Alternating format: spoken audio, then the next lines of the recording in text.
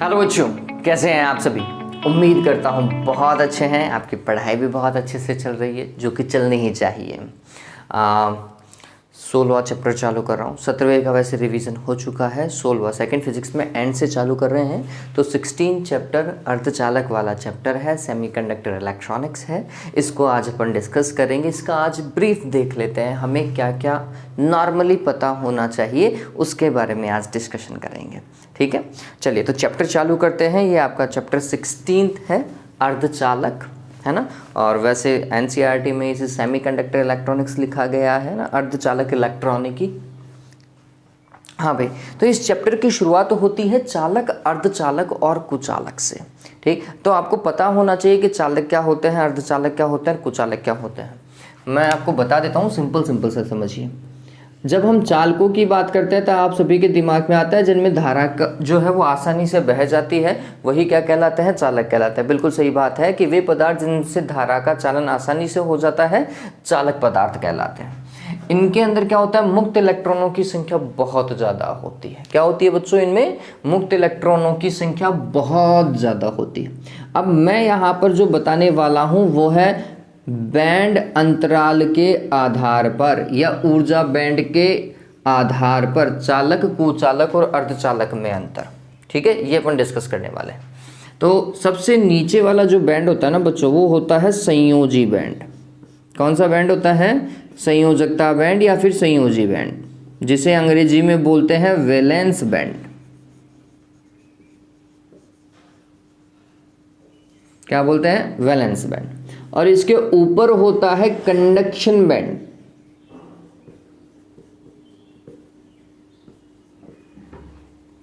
और हिंदी में अगर मैं नाम दूं तो इसे बोला जाएगा चालन बैंड। क्या बोला जाएगा इसको, चालन बैंड बोला जाएगा।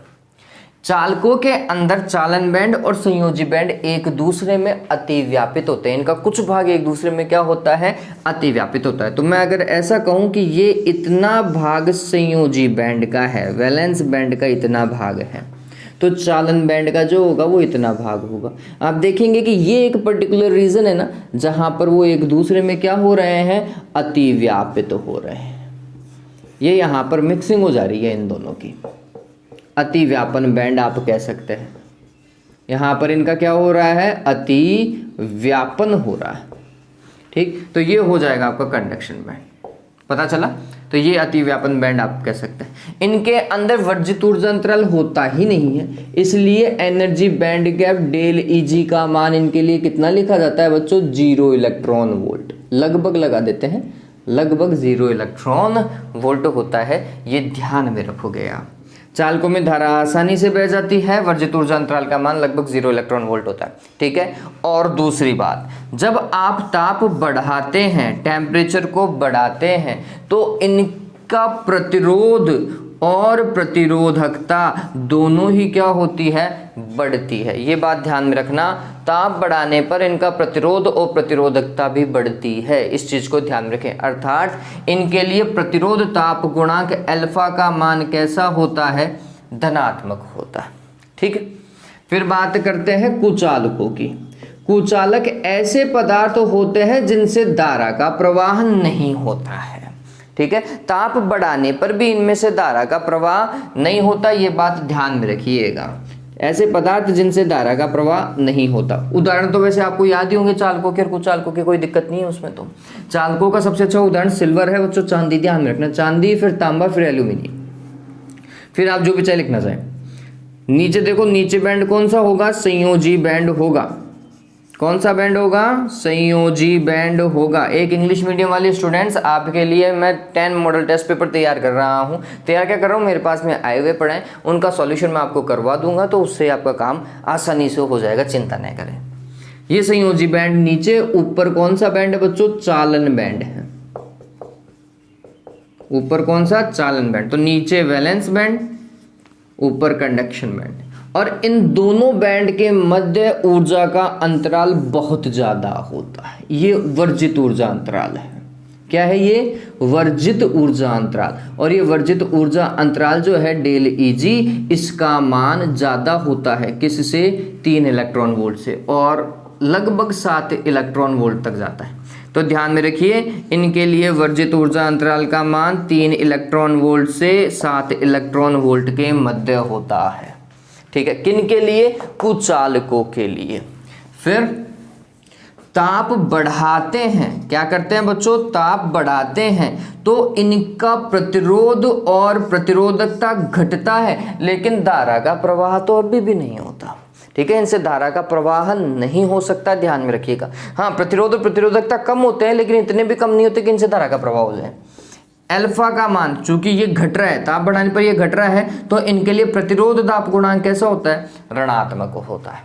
ठीक है, फिर बात करते हैं अर्धचालकों की। अब अर्धचालकों में 2 प्रकार हो गए, एक होता है शुद्ध अर्धचालक और एक होता है अपद्रव्य अर्धचालक, बाह्य अर्धचालक या अशुद्ध अर्धचालक। मैं यहाँ पे नेज या फिर शुद्ध अर्धचालक की बात कर रहा हूं। किसकी बात कर रहे हैं हम? शुद्ध अर्धचालक की, जो प्रकृति में शुद्ध अवस्था में रहते हैं। इनमें धारा का प्रवाह होता है, लेकिन एक निश्चित ताप पर, कमरे के ताप से ऊपर ताप पर इनमें धारा का प्रवाह आसानी से होता है। आप या फिर ऐसा कह सकते हैं जिनकी चालकता कुचालकों से अधिक होती है और चालकों से कम, या फिर जिनकी प्रतिरोधकता है ना, किससे? इनसे तो ज्यादा होती है चालकों से और इनसे कम होती है, उल्टा, दोनों एक दूसरे के उल्टे चलते हैं। हाँ, शुद्ध अर्धचालकों के लिए वर्जित ऊर्जा अंतराल देखिए। वैसे तो अर्धचालक ही आएगा, लेकिन मैं शुद्ध के लिए बात कर रहा हूं अभी। नीचे वाला बैंड कौन सा बच्चों? संयोजी बैंड। और ऊपर वाला बैंड कौन सा?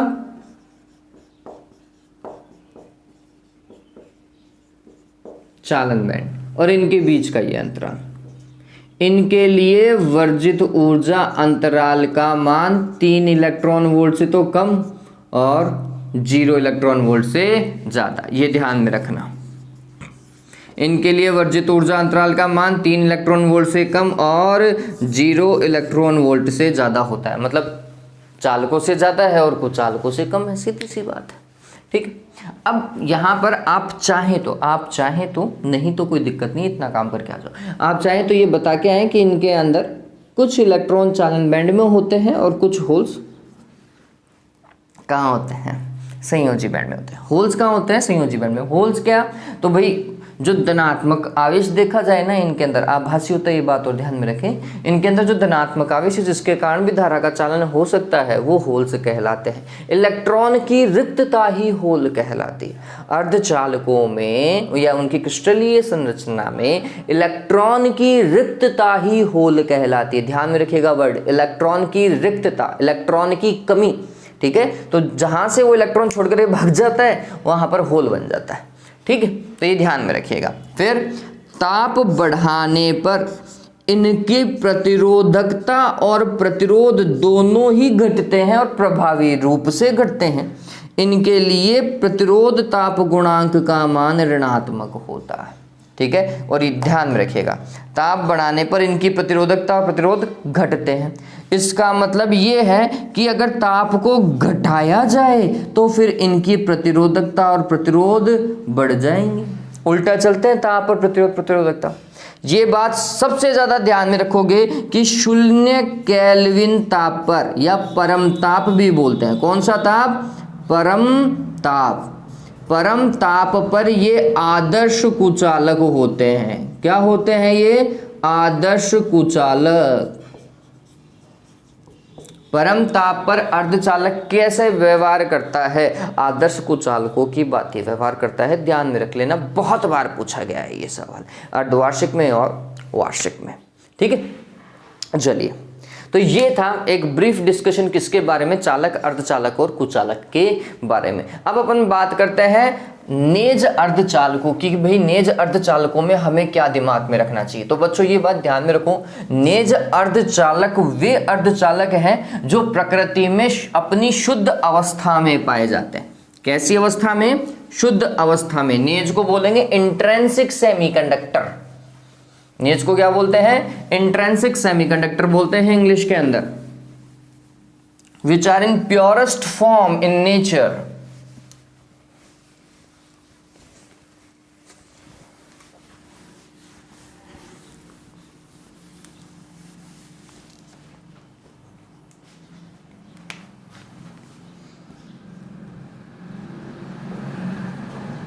नेज अर्धचालक, उदाहरण सिलिकॉन और जर्मेनियम। ठीक है, सिलिकॉन के लिए वर्जित ऊर्जा अंतराल ध्यान में रखेंगे। शुद्ध अवस्था की बात कर रहे हैं, नेज में बात कर रहे हैं ना, तो शुद्ध अवस्था की 1.12 इलेक्ट्रॉन वोल्ट, और जर्मेनियम के लिए वर्जित ऊर्जा अंतराल का मान होता है 0.7 इलेक्ट्रॉन वोल्ट। ठीक है, ध्यान में रखोगे, जर्मेनियम का वर्जित ऊर्जा अंतराल कम होता है। नेज अर्धचालकों के अंदर धारा का प्रवाह जो है वो इलेक्ट्रॉन्स के कारण भी होता है और होल्स के कारण। और खास बात ये है कि इनमें इलेक्ट्रॉनों की संख्या बराबर होती है किसके, होल्स की संख्या के। एकांक आयतन में उपस्थित इलेक्ट्रॉनों की संख्या बराबर होती है एकांक आयतन में उपस्थित होल्स की संख्या के। इस चीज को सदैव ध्यान में रखिएगा। ठीक, अगर ऐसा है तो फिर इलेक्ट्रॉनों और होल्स की संख्याओं का अनुपात क्या होगा, 1:1। इस चीज को ध्यान में रखें। फिर इनकी क्रिस्टलीय संरचना कैसी होती है, क्रिस्टलीय संरचना रेगुलर टेट्राहेड्रल समचतुष्फलकीय, ये ध्यान में रखो, ये पूछा गया सवाल है। फलकीय, इनकी क्रिस्टलीय संरचना कैसी होती है, समचतुष्फलकीय। एग्जाम में पूछा गया सवाल है। ठीक है, ये कि अर्धचालकों की क्रिस्टलीय संरचना कैसी होती है, वर्ड क्या आएगा, समचतुष्फलकीय आएगा। क्लियर, ये चीज इंपॉर्टेंट थी, पता चल गया। ये होल्स और इलेक्ट्रॉन्स की संख्या बराबर होती है, क्रिस्टलीय संरचना ध्यान में रखना।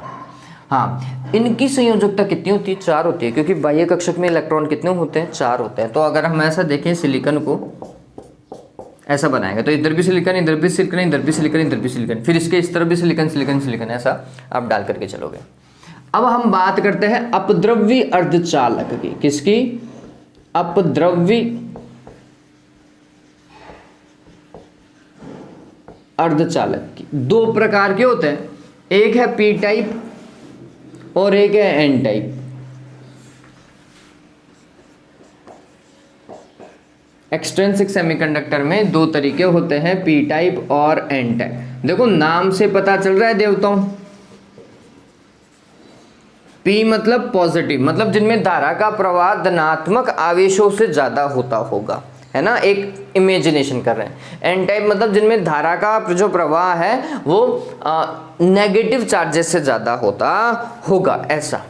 अब यहाँ पर जब हम अर्धचालकों की बात करते हैं तो धनात्मक आवेश होता है होल्स, तो इनमें अधिकतम धारा का प्रवाह होल्स के कारण होता है और इनमें अधिकतम धारा का प्रवाह इलेक्ट्रॉन्स के कारण होता है। इस चीज को हमें ध्यान में रखना पड़ेगा।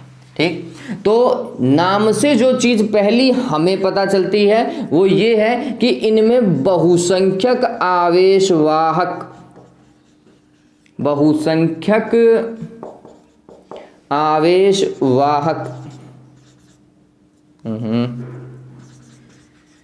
अरे क्या लिख रहा हूं मैं, बहुसंख्यक आवेशवाहक कौन होते हैं, होल्स होते हैं, कोटर जिसे हिंदी में कहा जाता है। और अल्पसंख्यक आवेशवाहक,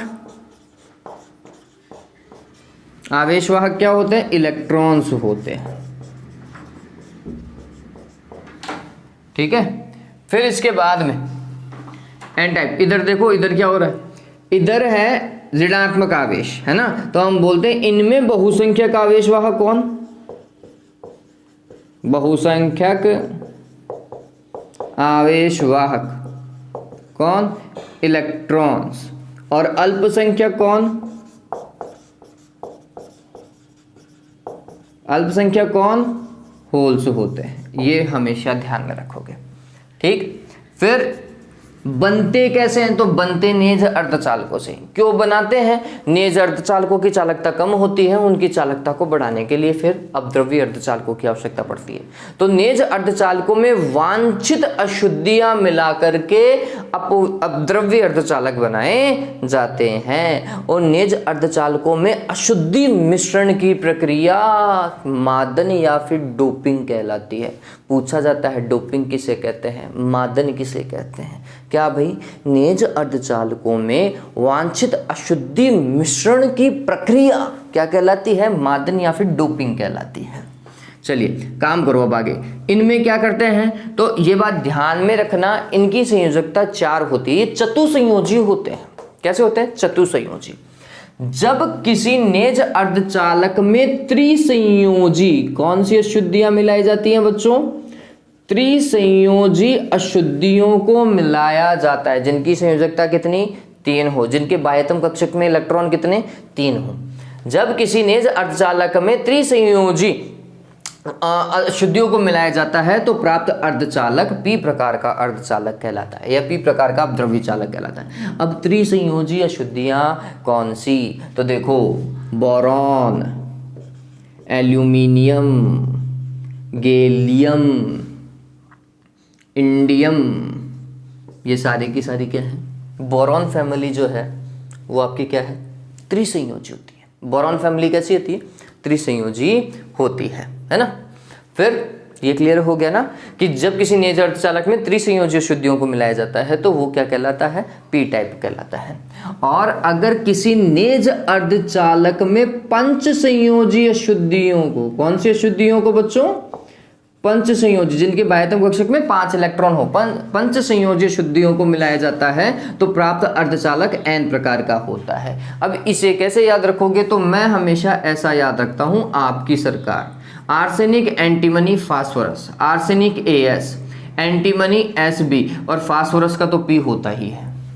आपकी सरकार से याद रखता हूं मैं तो इसको, और आप जैसे भी याद रखना चाहिए कोई दिक्कत नहीं है। इन सभी की संयोजकता कितनी, 5, इनकी कितनी, 3, सिलिकॉन और जर्मेनियम की कितनी, 4। ध्यान में रखो।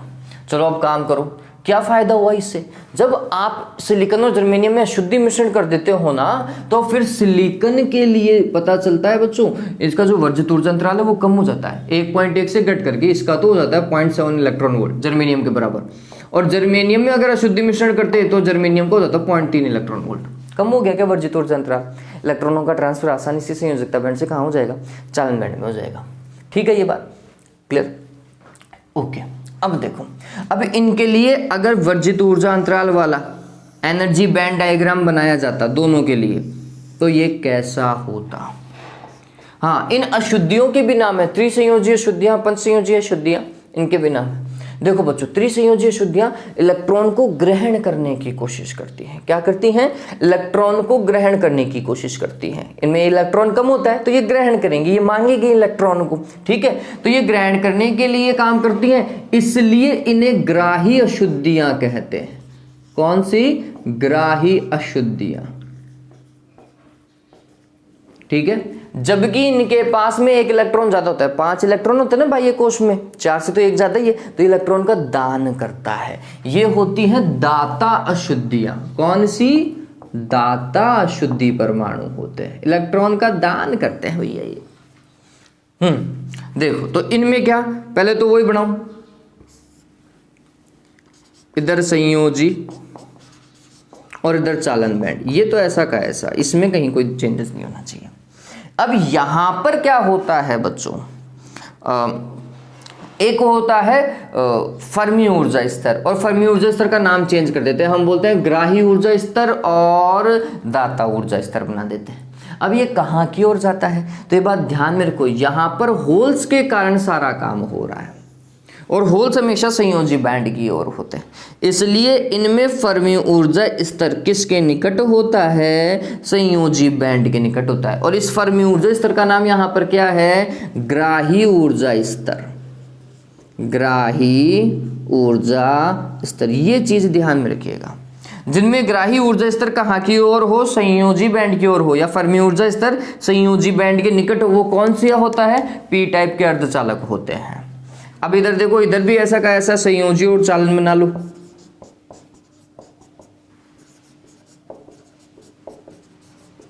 इनमें धारा का प्रवाह होता है इलेक्ट्रॉन्स, और इलेक्ट्रॉन्स होते हैं बच्चों चालन बैंड के अंदर, ये बात ध्यान रखना। संयोजी में होल्स होते हैं, चालन में इलेक्ट्रॉन्स होते हैं। तो क्या होगा कि इनमें इलेक्ट्रॉन्स ज़्यादा होते हैं, इसलिए इनका जो दाता ऊर्जा स्तर है ना वो कहाँ की ओर भाग जाता है, चालन बैंड की ओर भाग जाता है। तो ये होता है दाता ऊर्जा स्तर। इसको कौन सा बोलते हैं, दाता ऊर्जा स्तर।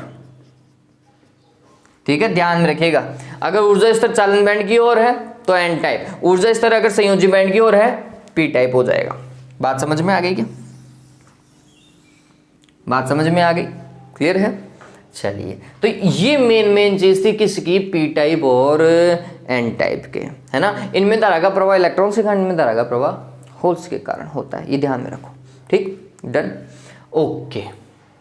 चलो, तो ये हमारा बेसिक मोटा मोटा क्या हो गया, अर्धचालक हो गया है देखा जाए तो। एक आता है अर्धचालकों में चालन, और उससे पहले मैं आपको ये बता देता हूं, एक फॉर्मेट याद रखिएगा। क्या भाई, Ni का स्क्वायर मतलब नेज चालकों का ऊर्जा, नेज चालकों का घनत्व बराबर होता है Ne इंटू NH, है ना। नेज अर्धचालकों में जो इलेक्ट्रॉन्स और होल्स हैं उनको अगर Ni माना जाए तो उनका वर्ग किसके बराबर होता है, number of electrons into number of holes होता है, ये बात ध्यान रखना। तो ये वाला जो फॉर्मूला है वो यहाँ पर पी टाइप में भी काम करेगा, एन टाइप में भी काम करेगा। वहाँ तो खैर वो दोनों बराबर थे, इलेक्ट्रॉन्स और होल्स तो दोनों बराबर थे। तो ये फॉर्मूला ध्यान में रखिएगा, Ni का स्क्वायर बराबर होता है Ne इंटू NH, है ना।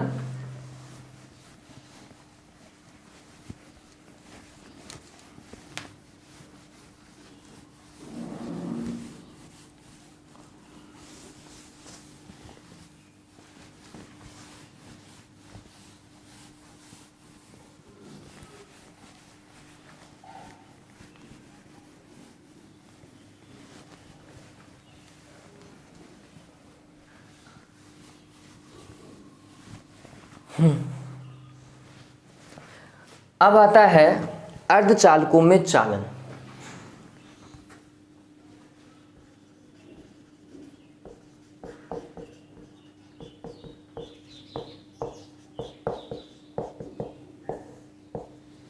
अर्धचालकों में चालन मतलब धारा का प्रवाह, उनकी चालकता और प्रतिरोधकता क्या होती है उसका फॉर्मूला डिस्कशन है।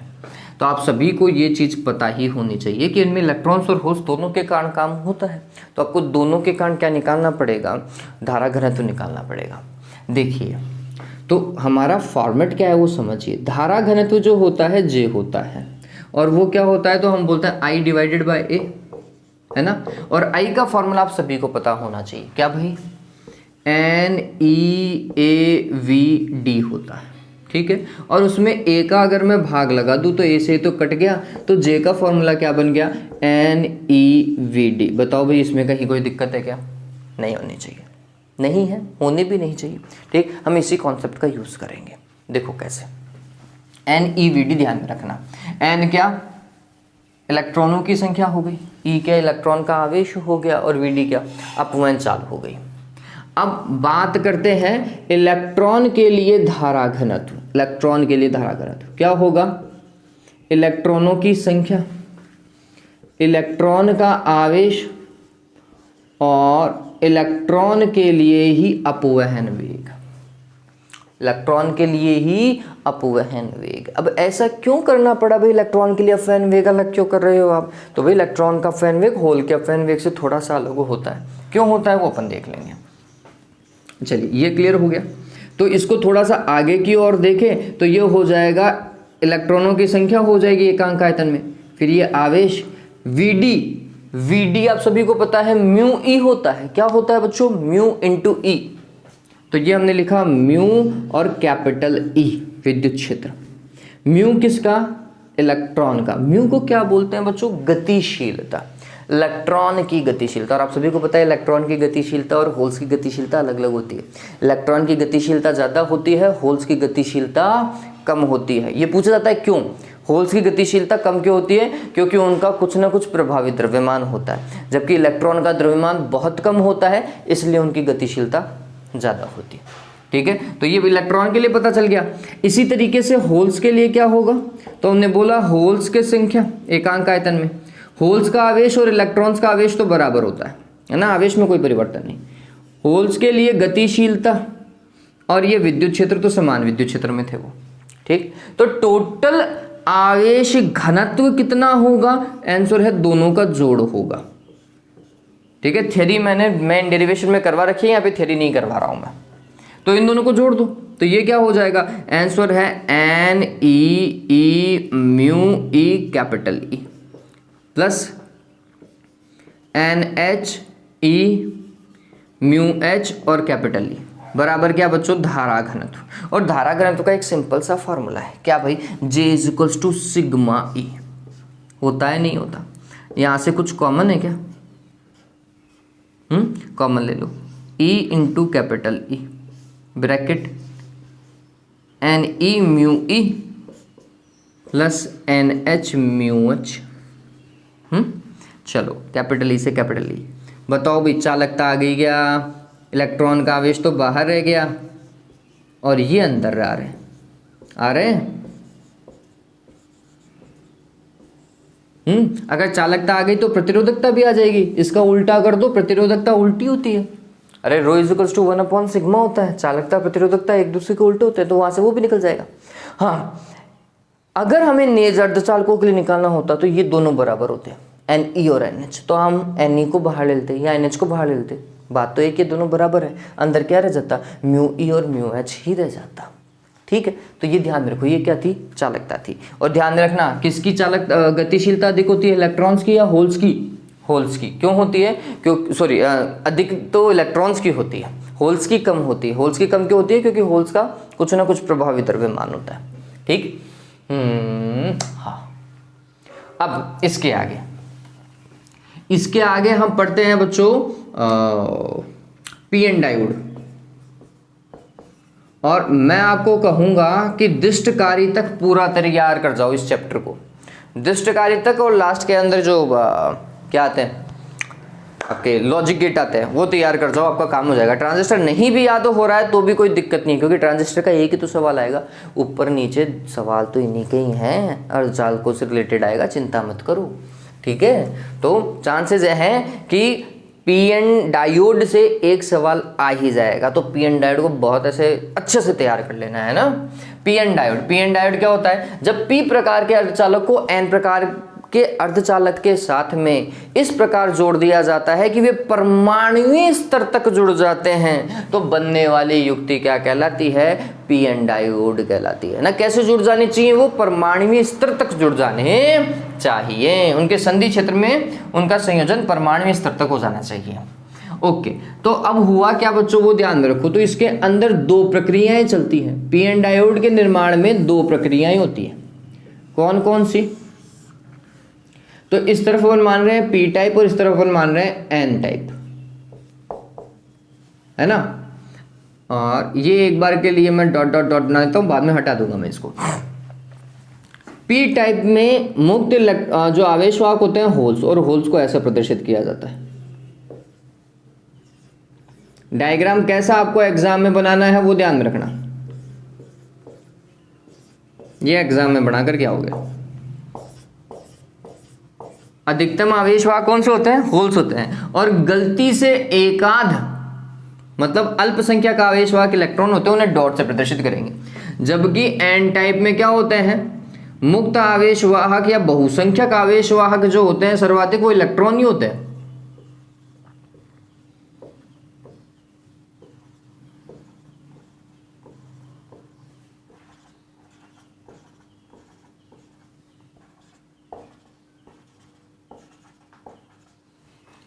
ठीक है, और गलती से एक आध क्या हो जाते हैं, होल्स होते हैं, अल्पसंख्यक आवेशवाहक। ठीक, अब देखो प्रत्येक होल के साथ में एक ऋण आयन संयोजित होता है, उदासीन भी तो होना चाहिए, ये क्या होता है, ऋण आयन संयोजित होता है, जबकि प्रत्येक इलेक्ट्रॉन के साथ में एक धन आयन संयोजित होता है। संधि क्षेत्र में क्या होता है, जब एक होल एक इलेक्ट्रॉन के साथ में सह संयोजन करता है, ये दोनों जब एक दूसरे के साथ में मिक्स कर देते हैं, एक दूसरे को क्या कर देते हैं, निरस्त कर देते हैं, तो बेचारे ये तो एक दूसरे को निरस्त कर दिए, यहां पर ये तो खत्म हो गए, ये तो बेचारे स्वाहा खत्म हो गए, निरस्त हो गए। लेकिन इनके जगह पर जो आयन था ना बच्चों, आयन एक दूसरे को निरस्त नहीं करते क्योंकि आयन अपनी जगह को छोड़ते नहीं है, इमोबाइल चार्जेस बोलते हैं, इमोबाइल होते हैं। तो इसकी जगह तो आ जाता है ऋण आयन और इसकी जगह आ जाता है धन आयन, इलेक्ट्रॉन्स के साथ में धन आयन संयोजित। तो आप देखेंगे कि ये संधि क्षेत्र था, संधि क्षेत्र के निकट क्या होते हैं, संधि क्षेत्र के निकट क्या इलेक्ट्रॉन नहीं, ऋण एवं धन आयनों की एक परत बन जाती है। इस परत को बोला जाता है अवक्षय परत। क्या बोलते हैं इसको? अवक्षय परत बोलते हैं। एग्जाम में पूछा जाता है अवक्षय क्षेत्र और अवक्षय परत को परिभाषित कीजिए। इसे हासी क्षेत्र भी बोलते हैं, हासी क्षेत्र। क्यों हासी क्षेत्र? क्योंकि यहाँ पे आवेश वाहकों का हास हो जाता है, कमी आ जाती है। आवेश वाहक कौन? इलेक्ट्रॉन और होल्स की कमी आ जाती है, इसलिए इसे हासी क्षेत्र भी कहा जाता है। तो हम बोलते हैं पीएन डायोड में संधि क्षेत्र के निकट वह स्थान, संधि क्षेत्र के निकट वह स्थान जहां किसी प्रकार का कोई बहुसंख्यक आवेश वाहक इलेक्ट्रॉन और होल्स, बहुसंख्यक आवेश वाहक एक जगह तो इलेक्ट्रॉन और एक जगह होल्स है, जहां किसी प्रकार का कोई बहुसंख्यक आवेश वाहक, ब्रैकेट में लिख दीजिएगा इलेक्ट्रॉन और होल्स, उपस्थित नहीं होते, जहां मात्र धन एवं ऋण आयन ही उपस्थित होते हैं, क्या कहलाता है? अवक्षय परत कहलाता है। इसकी चौड़ाई माइक्रोन्स में होती है। किस में होती है? माइक्रोन्स में होती है, मतलब 10⁻⁻6 मीटर कोटि की होती है, मतलब 10⁻⁻6 मीटर कोटि की होती है, मतलब बहुत पतली परत होती है।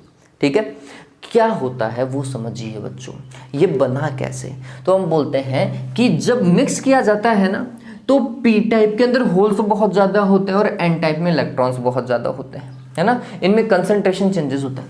तो ये होल्स कहाँ की ओर भागते हैं? एन टाइप की ओर, और इलेक्ट्रॉन्स कहाँ की ओर भागते हैं? पी टाइप की ओर। ऐसा गति करते हैं यो, इनके गति करने से यहाँ पे ये दोनों मिक्स होंगे और एक दूसरे को क्या करेंगे? निरस्त करेंगे, इस कारण ये बन जाती है। ठीक, लेकिन शुरुआत में ये जो काम हो रहा था, पी टाइप से होल्स का एन टाइप की ओर विसरण और एन टाइप से इलेक्ट्रॉन्स का पी टाइप की ओर विसरण, इसे इनके कारण जो धारा बहती है उसे बोलते हैं विसरण धारा। प्रारंभ में कौन सी धारा बहती है? विसरण धारा, और ये प्रक्रिया विसरण प्रक्रिया कहलाती है।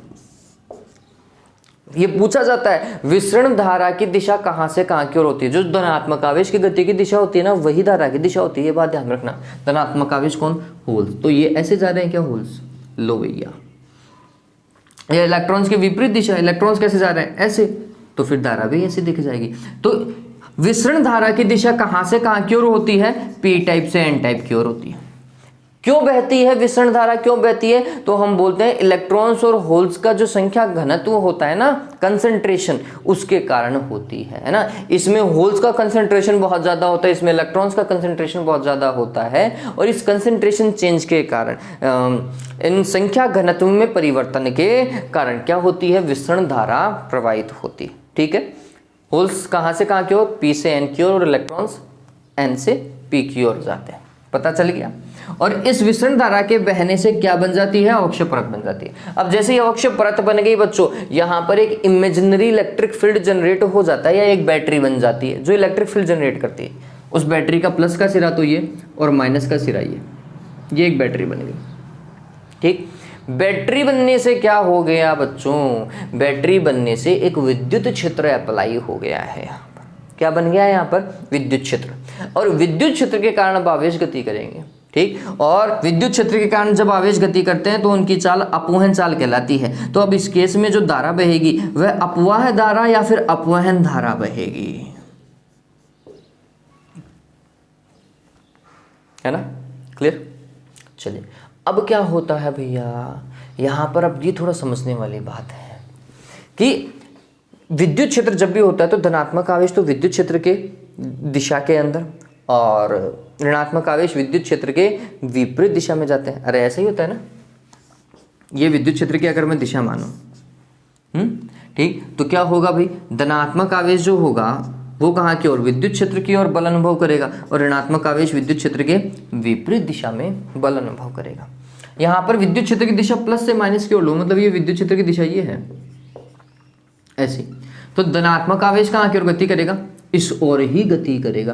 तो आप देखेंगे कि ये होल्स तो पहले से इधर थे, ये तो इधर ही रहेंगे, लेकिन यहाँ के जो होल्स है ना अल्पसंख्यक आवेशवाहक वाले, वो भी इधर की ओर गति करने लग जाएंगे इस तरह। क्लियर है? और यहाँ के जो इलेक्ट्रॉन्स है वो कहाँ की ओर? इधर की ओर। क्लियर है? ये बात ध्यान में रखना। क्लियर? तो अपवयन धारा हो जाती है। अपवयन धारा कैसे बहती है? तो हम बोलते हैं अब एन टाइप में उपस्थित इस विद्युत क्षेत्र के कारण या अवक्षय परत में बने विद्युत क्षेत्र के कारण एन टाइप में उपस्थित अल्पसंख्यक आवेशवाहक, अल्पसंख्यक कौन थे एन टाइप में?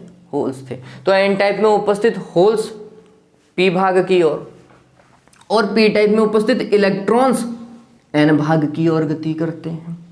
तो क्या होगा? धारा बहती है। वो वाली धारा कौन सी? अपवहन धारा कहलाती है।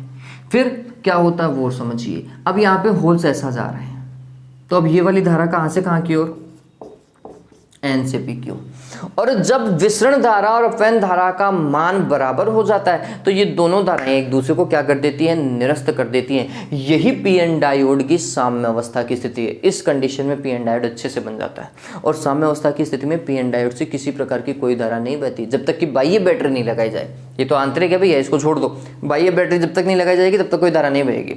ठीक है? तो साम्य अवस्था की स्थिति में विसरण धारा और अपवयन धारा का मान समान हो जाता है, वे एक दूसरे को निरस्त कर देती हैं, अतः परिणामी धारा का मान शून्य होता है। ये बात ध्यान में रखिएगा। ठीक? विसरण धारा की दिशा और अपवयन धारा की दिशा ध्यान में रखिएगा। ठीक? चलिए, अवक्षय परत या हासी क्षेत्र की परिभाषा ध्यान में रखिएगा, पूछा जाता है। पीएन संधि डायोड में संधि तल के निकट वह क्षेत्र है जहां किसी प्रकार का बहुसंख्यक आवेशवाहक अर्थात इलेक्ट्रॉन और होल्स उपस्थित नहीं होते हैं एवं जहां मात्र धन एवं ऋण आयन ही उपस्थित होते हैं। क्या कहलाता है? अवक्षय परत या अवक्षय क्षेत्र या हासी क्षेत्र कहलाता है। इसकी मोटाई 10⁻⁻6 मीटर या फिर माइक्रोन्स की कोटि की होती है। ठीक है ये बात। फिर यहाँ पे जो बैटरी बनती है ना, इसे अवरोधी विभव बोलते हैं यार, है ना। ये बात ध्यान में रखना। ये क्या करता है? विरोध करता है। बहुसंख्यक आवेशवाहकों की गति का विरोध करता है, अल्पसंख्यक का नहीं करता। किसके का गति का विरोध करता है? बहुसंख्यक आवेशवाहकों की गति का विरोध करता है, इसलिए इसे अवरोधी विभव भी बोलते हैं। तो ये चीजें पूछी जाती हैं कि अवरोधी विभव क्या, पता चल गया। अब पी एन डायोड की वर्किंग इंपॉर्टेंट है भैया, और वर्किंग में उसका डायग्राम इंपॉर्टेंट है, मतलब जो उसका वीआई कैरेक्टरिस्टिक कर्व है ना, वो बहुत ज़्यादा इंपॉर्टेंट है। लो, मैंने सारा काम करवा दिया और वीडियो देखा भी नहीं कि ये कैसा आ रहा है। दुआ कीजिएगा कि वीडियो रिकॉर्डिंग सही जा रही हो। हाँ भाई देखो, अब पी एन डायोड की working, P N diode working कार्यविधि, और ये दो प्रकार से काम करता है इसकी कार्यविधि में। एक होता है अग्र अभिनिति और एक होता है पश्चात अभिनिति। सबसे पहले अपन बात करते हैं अग्र अभिनिति की।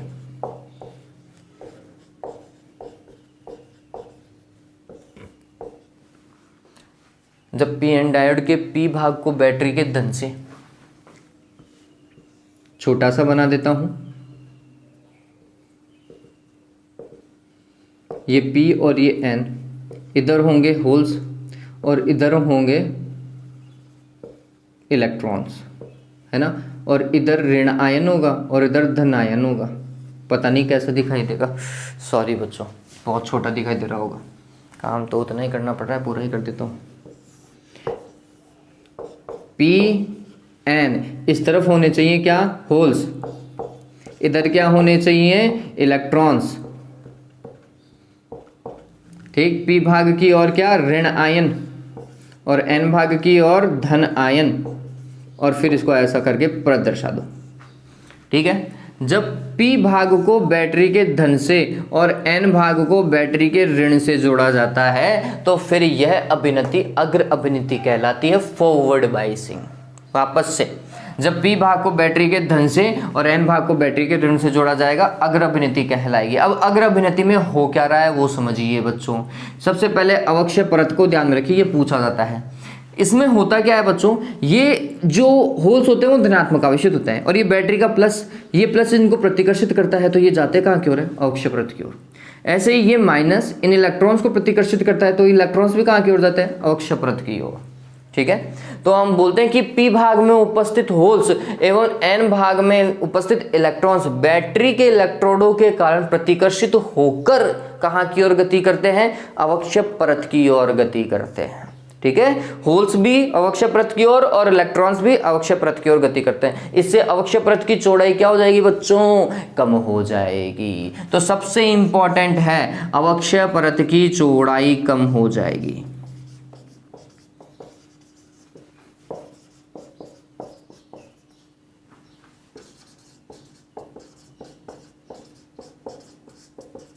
क्यों कम हो जाएगी, कारण पता चल गया होगा। ठीक है, और क्या हुआ, चलिए इसके कारण विद्युत क्षेत्र की दिशा देखिए, तो बैटरी के कारण प्लस से माइनस की ओर, यहाँ पे विद्युत क्षेत्र की दिशा देखो प्लस से माइनस की ओर। तो अवरोधी विभव के कारण विद्युत क्षेत्र की दिशा बाह्य आरोपित विद्युत क्षेत्र की दिशा के क्या होती है, विपरीत होती है।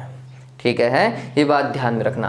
अवरोधी विभव के कारण विद्युत क्षेत्र की दिशा आरोपित बाह्य विद्युत स्रोत के कारण विद्युत क्षेत्र की दिशा के क्या होती है, विपरीत होती है। ये भी क्लियर हो गया। चलो प्रतिरोध की बात करूं और धारा की बात करूं, तो एक ऐसी भी स्थिति आती है जब इलेक्ट्रॉन्स जो हैं वो संधि को पार करके p भाग की ओर आते हैं और होल संधि को पार करके n भाग की ओर आते हैं। उस स्थिति के अंदर पीएन डायोड से क्या बहने लगती है बच्चों, धारा बहने लगती है। क्या बहने लगती है, धारा बहने लगती है। तो इनमें से धारा आसानी से बह जाती है, ज़्यादा दिक्कत नहीं आती है, इसलिए इनका प्रतिरोध कम होता है।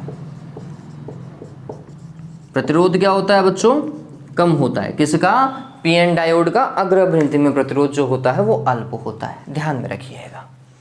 क्लियर हुआ ये। अब मेन चीज के ऊपर आते हैं कि इसका अग्र अभिनति में वर्किंग डायग्राम कैसा बनता है। तो पीएन डायोड को दर्शाने का तरीका ये है बच्चों, ये पीएन डायोड है, ये पी और ये एन। फिर इसके सिरों पर विभवांतर को नापने के लिए वोल्ट मीटर लगाया जाता है। ठीक, फिर परिपथ में प्रवाहित धारा के मापन के लिए अमीटर, और ये धारा कम परिमाण की बहती है इसलिए ये वाला जो अमीटर होता है वो मिली अमीटर होता है। कैसा होता है, मिली अमीटर होता है। और यहां पर हम एक बैटरी लगा देते हैं, परिवर्ती बैटरी। ये सबसे सिंपल डायग्राम है। बैटरी की वोल्टेज चेंज करो, यहां पर वोल्टेज चेंज होती जाएगी, उसका रीडिंग भी चेंज होता जाएगा। ठीक, अब खास बात क्या है बच्चों, इस केस में धारा बहती है, और धारा कब बहती है, आंसर समझिएगा। एक ग्राफ बनता है, ये वाली रीडिंग जो होती है ना वोल्टमीटर की, इसे हम बोलते हैं VF, फॉरवर्ड बायसिंग की रीडिंग। और जो करंट धारा बहती है वो होती है IF। सॉरी मैं गलत जगह लिख गया हूँ, धारा इधर लिखिए, वोल्ट इधर लिखिए। बहने वाली धारा जो होती है वो मिली एम्पियर क्यूटी की होती है, और ये ग्राफ ऐसा जाता है। ठीक, क्या होता है, प्रारंभ में वोल्टता को बढ़ाने पर किसी प्रकार की कोई धारा नहीं बहती, लेकिन एक निश्चित धन वोल्टता के पश्चात, एक निश्चित धन वोल्टता के पश्चात वोल्टता में अल्प परिवर्तन करने पर धारा के मान में तेजी से परिवर्तन आता है। अगर अभिनति में दी गई यह निश्चित वोल्टता कहलाती है नी वोल्टता। क्या कहलाती है, नी वोल्टता, दहली वोल्टता, नी वोल्टता, कट इन वोल्टता, कट इन शायद दिखाई दे रहा हो, कट इन लिखा है मैंने, नी वोल्टता, कट इन वोल्टता या फिर दहली वोल्टता कहलाती है। इस वोल्टता के पश्चात पीएन डायोड से धारा का प्रवाह आसानी से होता है, ध्यान में रखिएगा। ठीक है, वापस से समझ लो, पीएन डायोड को अग्र अभिनति में दिया गया वह विभव जिसके पश्चात पीएन डायोड से प्रवाहित धारा के मान में तेजी से वृद्धि होती है, क्या कहलाता है, नी वोल्टता कहलाती है, कट इन वोल्टता कहलाती है, या फिर प्रवाहित धारा आसानी से प्रवाहित होती है, ऐसा आप कह सकते हैं। ठीक, मैं लिख देता हूं, पीएन डायोड को अग्र अभिनति में दिया गया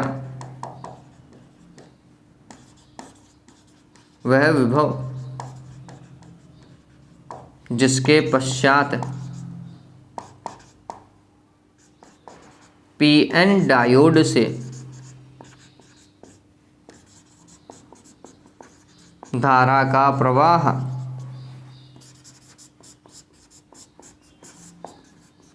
आसानी से होता है, क्या कहलाती है? कट इन वोल्टा, नी वोल्टा या फिर दहली वोल्टा कहलाती है बच्चों। अब इसका प्रतिरोध कैसे लिखेंगे? तो प्रतिरोध को हम लिखेंगे RF, और ये क्या होता है?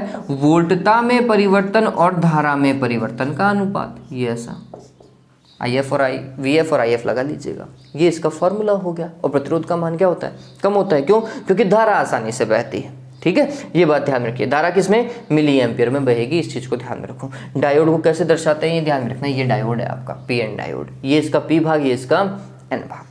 डन हो गया, काम खत्म भाई।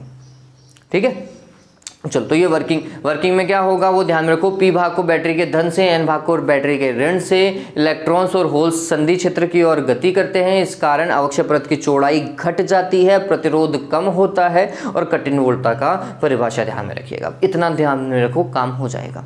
ठीक है, फिर पश्च अभिनति देखो।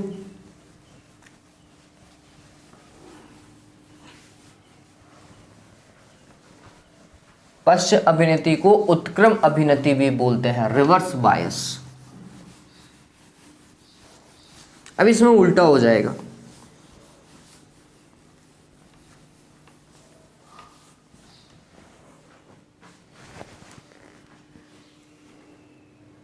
अरे भगवान, अब तो देखना ही पड़ेगा मेरे को कि रिकॉर्डिंग कैसी हो रही है।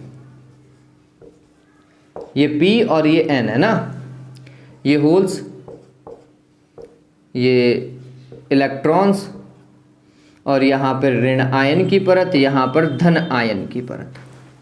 ठीक है, अब क्या होगा? इसे बैटरी के नेगेटिव से और इसे बैटरी के पॉजिटिव से उल्टा कनेक्ट करो। जब PN डायोड के P प्रकार के अर्धचालक को बैटरी के ऋण टर्मिनल से और N प्रकार के अर्धचालक को बैटरी के धन टर्मिनल से संयोजित किया जाता है तो वह अभिनति पश्च अभिनति कहलाती है। कौन सी अभिनति? पश्च अभिनति या फिर उत्क्रम अभिनति कहलाती है। अब क्या होगा? होल्स बेचारे इधर की ओर आकर्षित होंगे माइनस से, और इलेक्ट्रॉन्स बेचारे इधर की ओर आएंगे। ठीक है, तो ये तो दूर भागे परत से, परत की चौड़ाई क्या हो जाएगी? बढ़ जाएगी। तो ये ध्यान में रखें, अवक्षय परत की चौड़ाई बढ़ जाती है। अवक्षय परत की चौड़ाई क्या हो जाती है बच्चों? बढ़ जाती है। ठीक है, इस चीज को ध्यान में रखना। विद्युत क्षेत्र देखो, तो विद्युत क्षेत्र क्या होगा? ये विद्युत क्षेत्र ऐसा और ये विद्युत क्षेत्र भी ऐसा।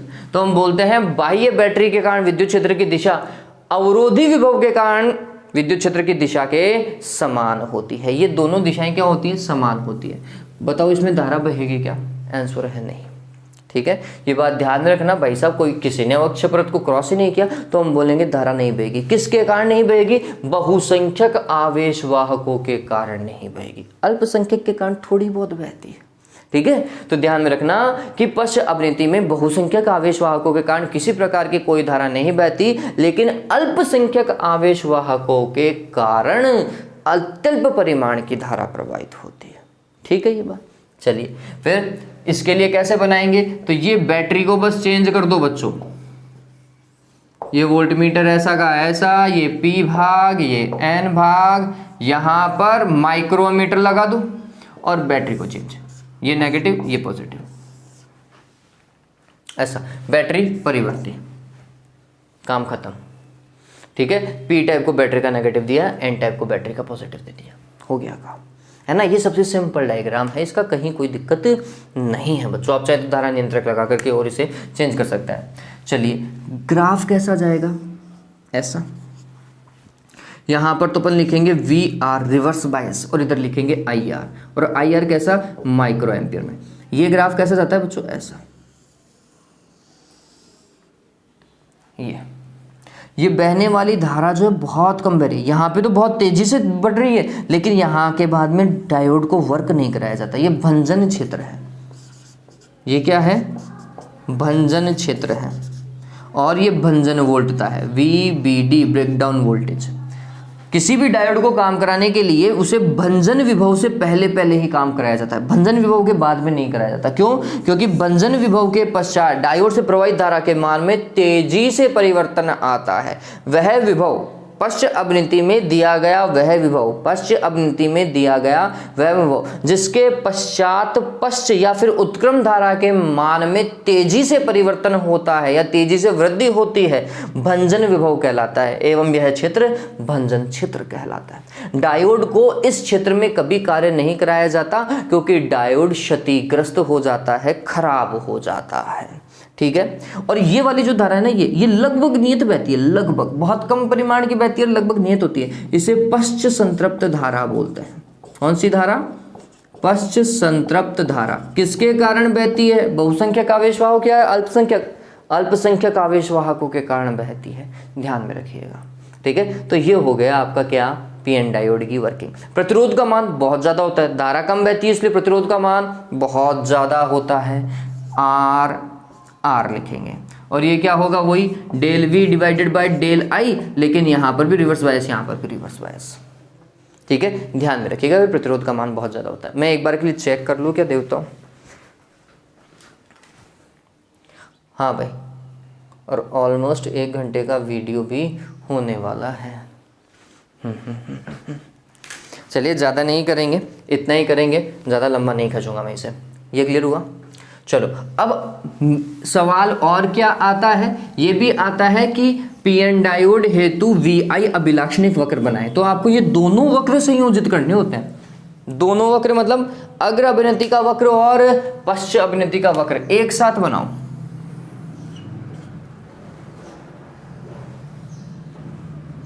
तो इस तरफ तो IF और इस तरफ IR, ये लिखना मत भूलना, माइक्रो एम्पियर और ये मिली एम्पियर। इस तरफ वोल्ट था VF और इस तरफ वोल्ट था VR।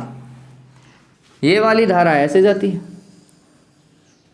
बढ़ती हुई, है ना?